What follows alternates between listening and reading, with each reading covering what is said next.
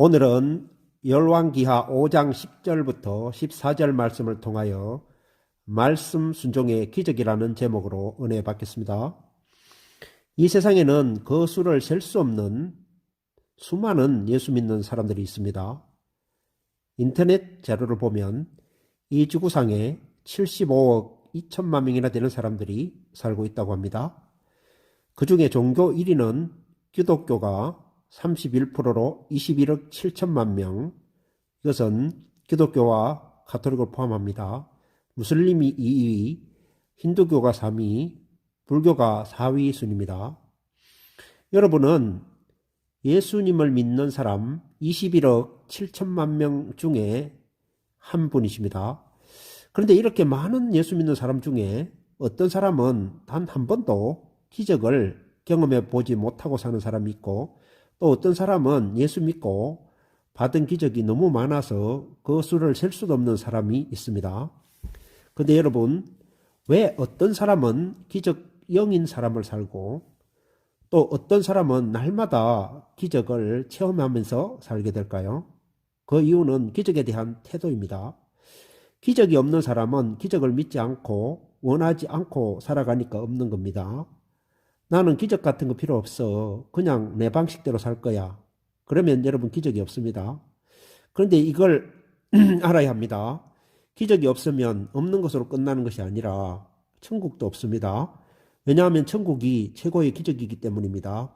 여러분, 우리가 천국에 들어가는 것이 기적 중에 기적 아닙니까? 그런데 기적이 있다고 믿고 그것을 원하며 사는 사람에게는 늘 기적이 일어납니다. 왜냐하면 하나님은 기적의 하나님이시기 때문입니다. 기적의 하나님, 능력의 하나님, 그는 나를 고쳐주셨네. 내 영혼아, 내가 어찌하여 낭망하며 불안해하는고. 너는 하나님을 바라라. 그 얼굴의 도심을 인하여 내가 오히려 찬송하리라. 나의 좋으신 주님, 태양을 멈추며 헬루증을 고쳤던 주님, 기적의 하나님, 능력의 하나님, 그는 나를 고쳐주셨네. 여러분, 우리가 읽는 성경에 보면 창세기부터 요한계시록까지 기적의 연속입니다. 성경에서 기적을 빼면 정말 아무것도 없습니다. 그래서 성경은 신비롭습니다. 그런데 여러분은 여러분의 삶에서 언제나 기적을 누리며 살 수 있다는 것입니다. 그 답이 뭐냐 하면요, 그 답은 바로 말씀 순종입니다. 순종요. 믿음은 우리가 구원받아 천국에 들어가게 되지만, 순종은 이 세상과 저 세상의 놀라운 기적과 복을 누리게 합니다. 하나님의 말씀을 순종하면 기적이 나타납니다. 그래서 성도는 믿음 2분의 1, 순종 2분의 1, 합 1입니다. 믿음과 순종입니다. 그걸 우리는 오늘 본문에서 확실하게 살펴볼 수가 있는 것이지요.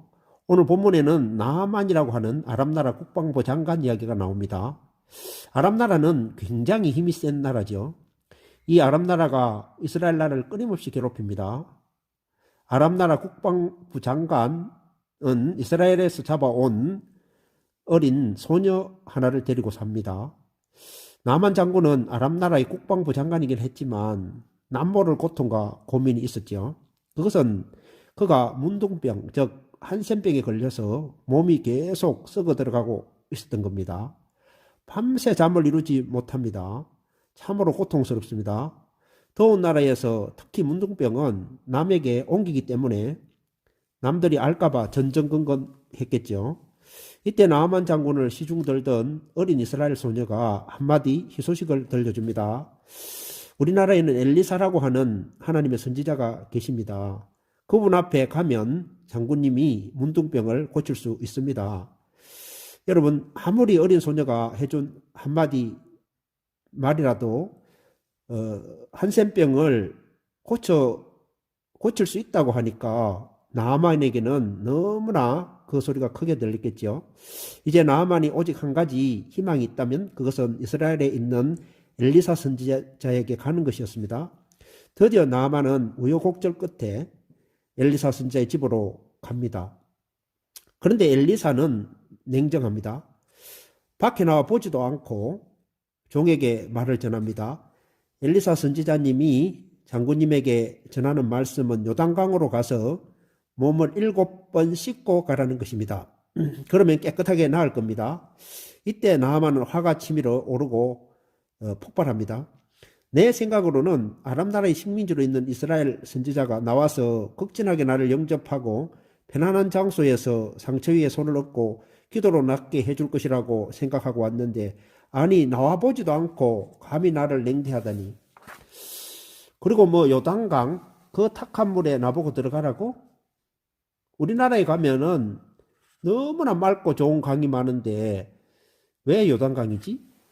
그것은 한 번도 아니고 7번씩 들어가라고 하니 화가 폭발한 나아만 장군은 어디 한번 두고 보자 하고 돌아가죠. 돌아가던 중에 나아만의 참모들이 나아만을 설득합니다. 장군님, 엘리사 선지자의 말대로 순종 한번 해보시지요. 아니 장군님, 만약에 엘리사가 이것보다 더 어려운 것을 하라고 했어도 병이 낫기 위해서는 그렇게 하지 않았겠습니까? 그런데 요단강에 7번 들어가라고 하는데 그게 그렇게 어려운 일이겠습니까? 한번 순종해 보십시다. 나만이 가만히 생각해 보니까 이처럼 쉬운 게 없는 거예요. 여러분, 순종은 참 쉽습니다. 순종하려는 마음이 문제겠죠. 드디어 나아만은 순종하여 요단강에 몸을 7번 잠깁니다. 그런데 1번, 2번, 3번, 6번까지는 아무런 기적이 일어나지 않았습니다. 근데 마지막 7번째 요단강에 몸을 잠그고 일어나 나오는데, 아니 놀라운 기적이 일어난 것입니다. 썩어져 있던 나아만의 몸에 어린아이와 같이 부드럽고 눈부신 하얀 피부가 재생된 것입니다. 나아만은 이 기적을 체험하고 얼마나 하나님이 고맙고 감사한지 하나님을 믿는 사람이 된 것입니다. 할렐루야. 여러분, 우리는 오늘 말씀을 통하여 2가지 은혜를 받겠습니다. 첫째는 하나님은 우리에게 기적을 주시려고 먼저 말씀을 주신다는 것입니다. 여러분, 말씀입니다. 하나님의 말씀은 곧 법이요 명령이죠. 하나님의 기적을 체험하려고 하는 자들은 하나님의 말씀을 받아 그 말씀을 기억하며 살아야 합니다. 하나님의 말씀을 품어야 하는 것입니다. 말씀은 기적과 축복의 씨앗이지요.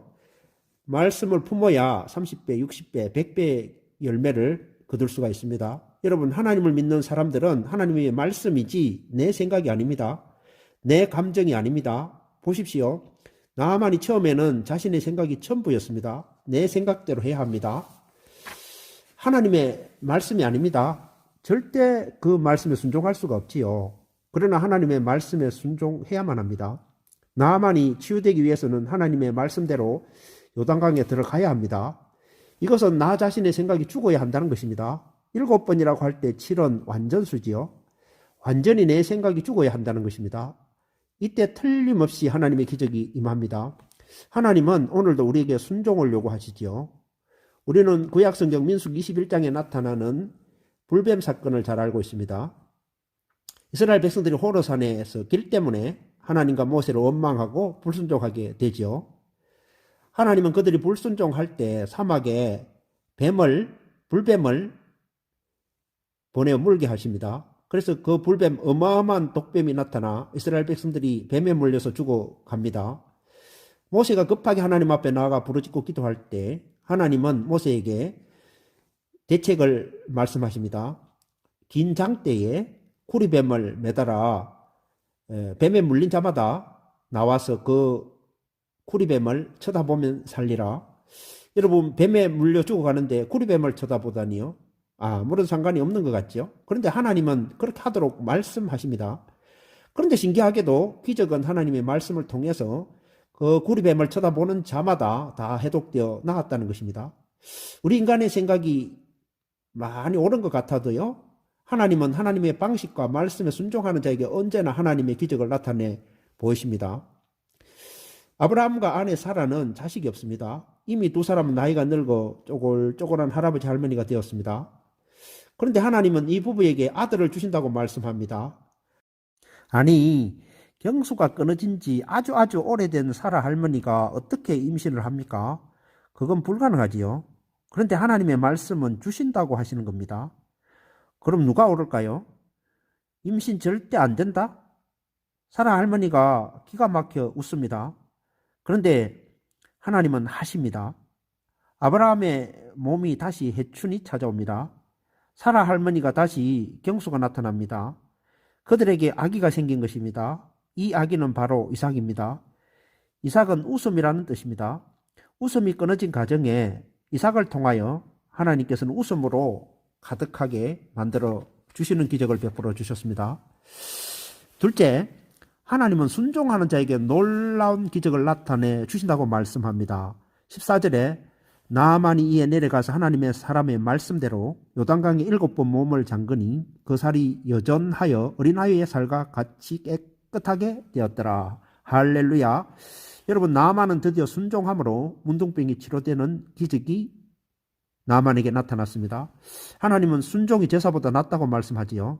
여러분, 순종이 뭘까요? 국어사전에 찾아보면 순종은 순순히 따름이라고 나옵니다. 그렇습니다. 하나님의 말씀을 순순히 따르는 것이 순종입니다.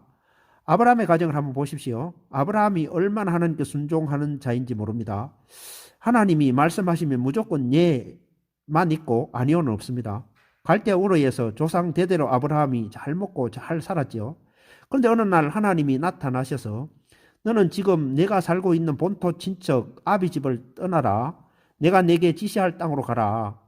이렇게 하나님은 아브라함에게 말씀합니다. 그런데 아브라함이 어떻게 했나요? 순종하며 하나님 말씀대로 나아갑니다. 그런데 그 아버지의 그 아들입니다. 아브라함의 아들 이삭도 순종의 사람입니다. 어느 날 하나님이 아브라함에게 나타나 말씀하십니다.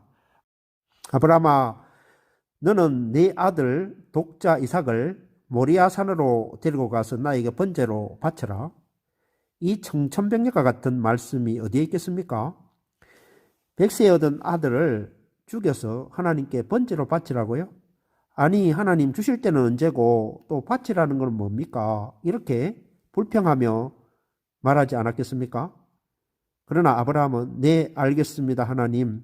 주신 자도 하나님이시고 치하여 가신 분도 하나님이십니다. 주님 뜻대로 하시옵소서. 모리아산을 아들 이삭과 함께 출발합니다. 이삭의 등에 장작을 씌우고 떠납니다. 번제단을 쌓고 아들 이삭을 잡으려 아브라함이 칼을 들었을 때 이삭의 반응이 여러분 어떠했을까요?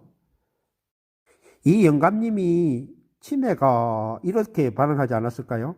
그리고 아브라함의 손을 뿌리치고 뛰쳐 도망 나오지 않았겠습니까? 그러나 이삭은 아버지의 뜻대로 순순히 따랐습니다. 아버지의 뜻대로 하십시오. 그런데 이때 하나님이 아브라함을 말립니다. 아브라함아, 아브라함아, 이제야 네가 나를 사랑하는 줄 내가 알겠노라. 하나님이 기뻐하시면서 그 이후에 아브라함과 이삭의 삶을 책임져 주시지 않았습니까? 여러분, 그럼 여러분과 저의 삶에는 하나님께 순종하는지 순종하지 않는지 하나님께서 시험하지 않으실까요? 하십니다. 그리고 많이 하셨을 겁니다. 그런데 우리는 번번이 하나님의 말씀을 불순종할 때가 많았죠. 순종하지 않으니 기적은 없는 것입니다. 지금부터라도 순종하면 기적이 나타납니다. 순종의 모델은 바로 예수님이지요. 하나님 아버지께서 저와 여러분의 제사함을 위하여 아들 예수님을 십자가에 희생제물로 죽으시기를 원하셨죠. 여러분, 예수님으로서는 이게 쉬웠을까요? 절대로 쉽지 않습니다. 그래서 예수님이 십자가에 달리실 때가 점점 다가오자 예수님은 꼭 죽을 것만 같았습니다. 그래서 겟세마네 동산에서 십자가를 두고 얼마나 간절히 기도하셨던지 땀방울이 핏방울로 변하여 흘러내렸습니다. 예수님의 기도는 너무너무 간절했습니다. 그러니 예수님은 기도를 통하여 그 십자가를 지시기로 결단하고 십자가를 지시고 내 뜻이 아니라 하나님의 뜻에 순종하며 다 이루시고 죽으신 것입니다. 이것이 참된 순종입니다. 여러분, 우리가 천국은 믿음으로 가지만요, 온갖 하나님의 기적은 순종으로 받습니다. 이걸 아셔야 합니다. 지금 우리나라는 절대적인 위기 상황입니다. 교회는 더합니다. 가정도 핍절합니다. 지금 대부분 뭐든지 잘 안 됩니다. 우리는 이러한 시대에 어떻게 삶을 살아내야 할까요? 하나님의 말씀에 순종할 때 하나님이 일하십니다. 여러분, 성도에게 위기는 곧 기회지요. 교회가 성도가 어렵다고 너무 부정적이 되면 안 됩니다. 성도는요, 어려우면 어려울수록 더 힘을 내야 합니다. 하나님 앞에 믿음으로 나아가야 합니다. 하나님이 항상 기뻐하라, 쉬지 말고 기도하라, 그렇게 말씀하십니다. 여러분, 우리는 어려울 때일수록 더 기도 시간을 늘려야 합니다. 기도하세요. 지금 포기하지 마세요. 주님 앞에 무릎 꿇고 간절하게 기도해 보세요. 내 앞길 가로막는 장애물 있다 해도 걱정하지 마세요. 돌아서지 마세요. 슬픔도 고통도 괴로움도 기도로 이겨낼 수 있잖아요.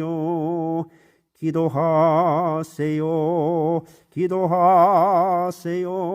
주님은 당신 편입니다. 아멘. 여러분, 우리는 기도하라 말씀하시는 하나님의 말씀에 순종할 때 기적이 일어납니다. 너는 내게 부르짖어 기도하라. 내가 네게 응답하겠고라고 말씀하십니다. 우리가 부르짖어 기도할 때 하나님의 기적은 나타납니다. 하나님의 말씀을 순종함으로 누구나 기적의 주인공이 되시기를 주님의 이름으로 축복합니다. 감사합니다.